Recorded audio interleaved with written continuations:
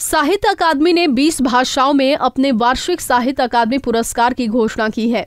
साहित्य अकादमी के अध्यक्ष डॉक्टर चंद्रशेखर कंबार की अध्यक्षता में आयोजित कार्यकारी मंडल की बैठक में पुरस्कार देने का फैसला किया गया। साहित्य अकादमी ने हिंदी भाषा के लिए श्रोषी अनामिका को पुरस्कार देने का फैसला किया। श्रोषी अनामिका को उनकी कविता संग्रह टोकरी में दिगंत थेरी गाथा के लिए साहित्य अकादमी का पुरस्कार दिया है। अनामिका की ये कविता संग्रह 2014 में प्रकाशित हुई थी।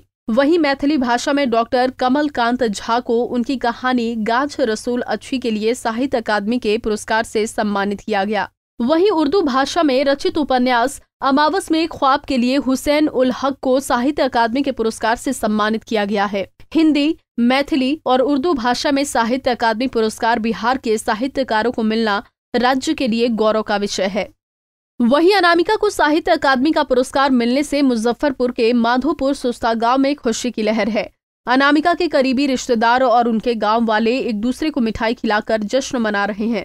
सुस्ता के डॉक्टर श्याम नंदन किशोर और आशा किशोर के घर जन्मी डॉक्टर अनामिका बचपन से ही काफी मेधावी रही थीं।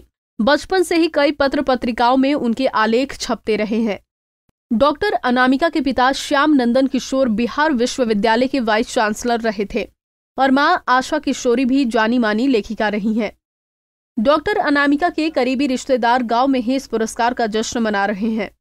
सुस्ता गांव के लोगों के लिए ये गौरव की बात है कि अनामिका को साहित्य के क्षेत्र में इतना बड़ा सम्मान मिला।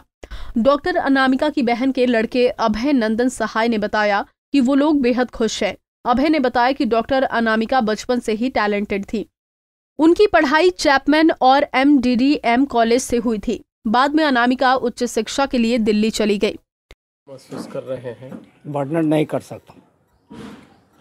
इतना मैंने खुशी है आज हमारे यहाँ इस सुस्ता ग्राम में, जिसका हम बहुत तारीफ करते हैं।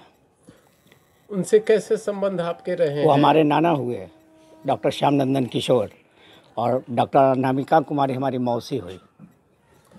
तो क्या क्या कुछ उनके बारे में विशेषता बताएंगे, स्मरण जो आपसे जुड़ा हुआ हो? वो काफ़ी टैलेंटेड रही है बचपन से ही। उनकी शिक्षा दीक्षा यहाँ मुजफ्फरपुर में चैपमैन में हुई थी, सेंट जेवियर्स में हुई थी। आगे की पढ़ाई के लिए उन्होंने दिल्ली मूव किया, वहाँ पर जा कर के। उनके साथ आपका कुछ पल बिता हुआ हो? उनके पिताजी जब डॉक्टर श्यामनंदन किशोर जब एक्सपायर किए थे, तो उनकी पुण्यतिथि पर हम लोग एक साथ हुए थे श्यामनंदन साहब कॉलेज के अंदर में हम लोग, और नियर अबाउट 80 के आसपास में। उसके बाद से हमारी कोई मुलाकात उनसे नहीं हो सकी। आज काफ़ी पूरा खुशी है, बहुत खुशी है हमारी उनके साथ। वहीं डॉक्टर अनामिका की बहन की बेटी भी इस खुशी के मौके पर फूले नहीं समा रही। बहुत खुश हैं। हमारे यहाँ उनका बहुत अपने यहाँ का ददियाल का वो है, यहाँ है उनके। हमारे हस्बैंड यहाँ ननिहाल में रहते हैं, उनका ये अपना गांव है। और यहाँ के लोगों के लिए बहुत प्रेरणा की बात है कि एक लेडीज होकर बहुत अच्छी काम की हैं, और शुरू से इस गांव का उनके नाम पे प्रोत्साहित होते रहा। नाम क्या हुआ आपका? सरिता सहाय। आपसे क्या संबंध हुआ उनका? आपकी क्या हमारी मौसी हुई है।